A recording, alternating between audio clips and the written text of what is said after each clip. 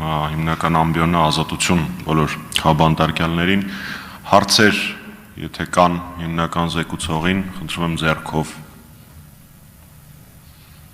Շնորհակալություն, պարոն Աբրամյան։ Հարակից զեկույցի համար հրավիրում եմ հիմնական ամբիոնի մոտ Հայաստանի Հանրապետական Կուսակցության նախագահի տեղակալ Լույս հիմնադրամի գործադիր տնօրեն Դավիթ Հարությունյանին։ Խնդրեմ, պարոն Հարությունյան։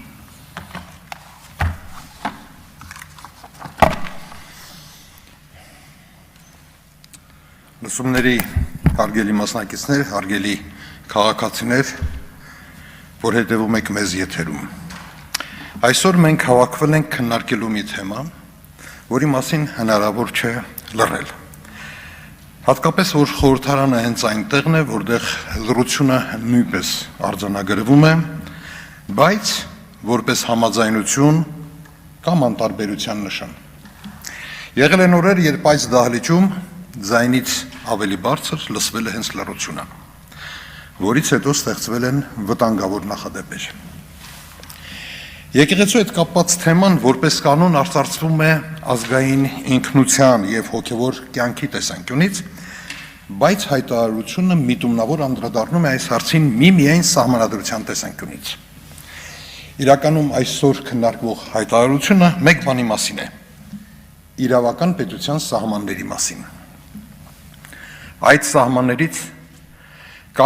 սահմանների կարևոր հատվածից է պետություն եկեղեցի սահմանազատումը, որի շրջանակի մեջ են մտնում չմիջամտելու սկզբունքը, խղճի և կրոնի ազատության երաշխիքները, կրոնական համայնքների ինքնավարությունը։ Սա է սահմանադրության գծած սահմանը։ Չեն կարող լինել սիրելի և ոչ սիրելի սահմանադրական դրույթներ։ Սահմանադրությունը մենյու չէ, որից ընտրում են հարմար կերակրատեսակներ։ Հենց ինքը բառն է հուշում էությունը, սահմանադրություն։ Սահմանը դրվել է սահմանադրությամբ։ Իսկ սահմանը, լինի դա պետության սահման կամ իրավունքի սահման, կամ պահում են, կամ տրորում։ Ով էլ որ լինի, քրիստոնյա թե մահմեդական, բուդդիստ թե հեթանոս, ագնոստիկ թե աթեիստ, յուրաքանչյուրը պարտավոր է, իրավունք չունի ոտնահարել սահմանադրությունը։ Այս հայտարարության հիմնական թեզը հետևյալն է. սահմանադրությունը սահմանազատել է պետության և եկեղեցու լիազորությունները, այդ սահմաններից դուրս որևէ գործողություն արգելված է, անկախ նրանից, թե ով է պետության ղեկին կամ եկեղեցու ղեկին։ Հիմա եկեք տեսնենք, թե ինչ է կատարվում իրականում։ Սկսենք փաստերից։ Վերջին տարում մեր իրավապահները ցույց են տալիս յուրահատուկ եռանդ եկեղեցական օրացույցին հետևելու հարցում։ Ցավալի է, որ քննչական կոմիտեն կիրակնօրյա պատարագին տենդագին սպասում է միայն մեկ պատճառով։ Հենց սուրբ պատարագի ժամերին քննիչների մոտ քննչական բաժնում քահանաների հետ զրուցելու անհետաձգելի ցանկություն է առաջանում։ Իսկ մեր դատարանները որոշել են, որ եթե եկեղեցին մեկին կարգալույծ է արել, դա դեռ վերջը չէ։ Մարդը կարող է գնալ դատարան և հետ բերել իր քահանայական շնորհը։ Մի պահ պատկերացրեք զավեշտալի իրավիճակը։ Դատավորը մուրճը խփում է սեղանին և հայտարարում. հանուն Հայաստանի Հանրապետության քեզ վերադարձնում եմ Սուրբ Հոգու շնորհը, գնա պատարագդ կատարիր։ Եթե պետությունը քննիչի ու դատավորի միջոցով եկեղեցու ներսում բարեփոխումներ է իրականացնում, միջամտում պատարագի անցկացման կարգին, դա նշանակում է, որ մենք ոչ թե ժողովրդավարություն ենք կառուցում, այլ ստեղծում ենք մի նոր պետական կրոն, որտեղ վարչապետը կրոնապետն է, քննիչները և դատախազները առաքյալներ։ Մնում է ընդամենը մեկ տեխնիկական դետալ լուծել, որպեսզի այս կրոնապետությունը ավարտվի, պետք է քրեական դատավարության օրենսգիրքը վերանվանել Սրբազան Մատյան և վերջ։ Շարունակեմ փաստերի թվարկումը։ 2025-26 թվականին շինծու մեղադրանքներով կալանավորվել են հայ եկեղեցու 5 սպասավոր, 3 արքեպիսկոպոս, մեկ եպիսկոպոս եւ մեկ քահանա։ Եկեղեցուն աջակցելու համար ազատությունից զրկվել է ազգային բարերար Սամվել Կարապետյանը։ 26 թվականի հունվարի 31-ին Մայրաթոր Սուրբ Էջմիածնի 6 եպիսկոպոսներ ստացան մեղադրալի կարգավիճակ եւ արգելվեց նրանց ելքը Հայաստանի Հանրապետությունից։ Փետրվարի 14-ին հարուցվեց քրեական գործ ամենայն հայոց կաթողիկոսի նկատմամբ։ Նրանք բոլորը զրկվեցին Ավստրիայում ծրագրված եպիսկոպոսատ ժողովին մասնակցելու հնարավորությունից։ Մարտի 20-ին քննիչը թույլ չտվեց կաթողիկոսին մեկնել Վրաստան Իլիա II-ի հուարկավորության արարողությանը։ Հավանաբար վախենում էին, որ կաթողիկոսը Վրաստանում քաղաքական ապաստան խնդրի եւ այլևս Հայաստան չվերադառնա։ Եվ վերջապես այս շաբաթվա դեպքը։ Մարտի 29-ին Ծաղկազարդի օրը Սուրբ Աննա եկեղեցում ձերբակալվեցին երկօրյա եղբայրներ՝ Դավիթ եւ Միքայել Մինասյանները։ Երկուսն էլ հայլուն առաջադիմությամբ սովորող, պարկեշտ եւ հավատացյալ երիտասարդներ, որոնք ամեն շաբաթ գնում են եկեղեցի։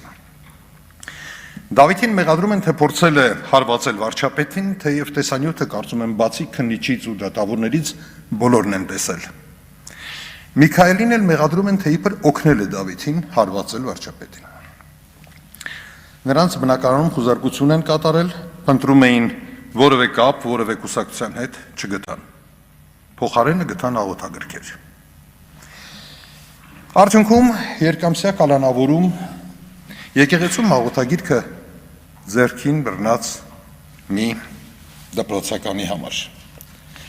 Սա ոչ միայն քրեական հալածանք է այն երիտասարդների նկատմամբ, ովքեր համարձակվեցին պատշաճ հարգանք չցուցաբերել սրբավայր ելում ու տանող վարչապետի շքախմբի նկատմամբ։ Սա արդեն ողջ հասարակության քննչական ահաբեկում է։ Այնինչ ասեցի, սրանք փաստեր են, ոչ թե մեկնաբանություններ, փաստեր։ Անդրադառնամ իրավունքի կարմիր գծին։ Ներկայացված հայտարարությունը շեշտում է այդ կարմիր գիծը։ Կրոնական կառուցվածքին եւ ներքին կարգապահության վերաբերող հարցերը բացարձակապես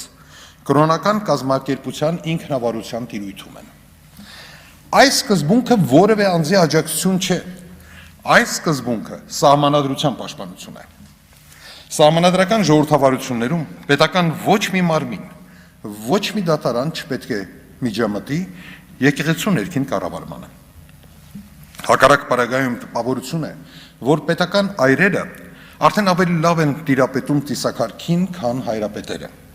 Քննիչն ու պաշտոնյան նստած որոշում են, թե պատարագի ժամանակ Արցախի անունը տան, թե չտան, ում հիշատակեն,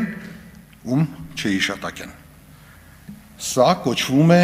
կրոնական գրաքննություն։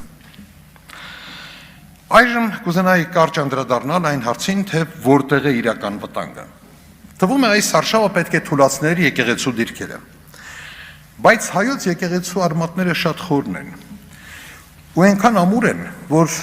նման ժամանակավոր քամիներից չեն կարող վնասվել։ Դրա փոխարեն վնասվում է մեր պետությունը։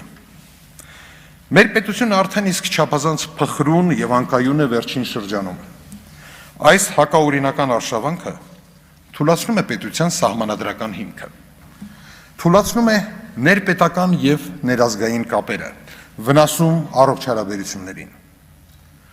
Արդարադատության ու իրավապահ համակարգի ոչ խելամիտ օգտագործումը,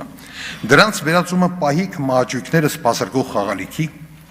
վնասում է պետության կենսունակությունը։ Եվ այո, մեզ դարձնում է ավելի անկայուն եւ ել ավելի փխրուն այսօրվա վտանգավոր աշխարհում։ Գուցե առաջին հայացքից տարօրինակ թվա, բայց պետություն եկեղեցի այսօրվա հարաբերություններում հանրային իշխանություններից պետք է պաշտպանել հենց պետությունը։ Եվ այդ պաշտպանությունը սկսվում է այստեղից, այս դահլիճից։ Որ հասկանալի դառնա բոլորին, իշխանությանը եւ ընդդիմությանը, հավատացյալին եւ աթեիստին, թող այսօր այս դահլիճում անընդհատ հնչի հետևյալ բանաձևը. Սահմանադրությունը սահմանազատել է պետության եւ եկեղեցու լիազորությունները, այդ սահմաններից դուրս որևէ, կրկնում եմ, որևէ միջամտությունը արգելված է։ Կուզենայի, որ ազգային ժողովին իստում այս հարցը քննարկելիս յուրաքանչյուր падգամավոր իր համար պատասխան տա մի հարցի։ Արդյոք նա պատրաստ է բարձրաձայն կրկնել այս ակներև բանաձևը։ Ոչ թե ասելու ընդհանուր առմամբ, ոչ թե ասելու կարծես թե, ոչ թե ասելու այո, բայց կան բացառիկ դեպքեր։ Ընդհանրապես այո կամ ոչ։ Որտեղ վաղը պատմությունը չի հարցնելու, ով էր քաղաքական տեսանկյունից ավելի հարմարավետ դիրքորոշում որդեգրել։ Պատմությունը հարցնելու է, ով էր հավատարիմ իրավունքի գերակայությանը։ Ազգային ժողովի падգամավորները կամ կպաշտպանեն սահմանադրությունը, կամ լուր կհամաձայնվեն դրա խախտմանը։ Երրորդ ճանապարհ չկա։ Կատարեք ձեր ընտրությունը։ Տիկնայք եւ պարոնայք ազգային ժողովի падգամավորներ։ Շնորհակալություն։ Շնորհակալություն, պարոն Հարությունյան։ Հարակից զեկուցողին հարցեր չունենք։ Կարող ենք անցնել ելույթների փուլին, հիշեցնեմ, որ մեր աշխատակարգով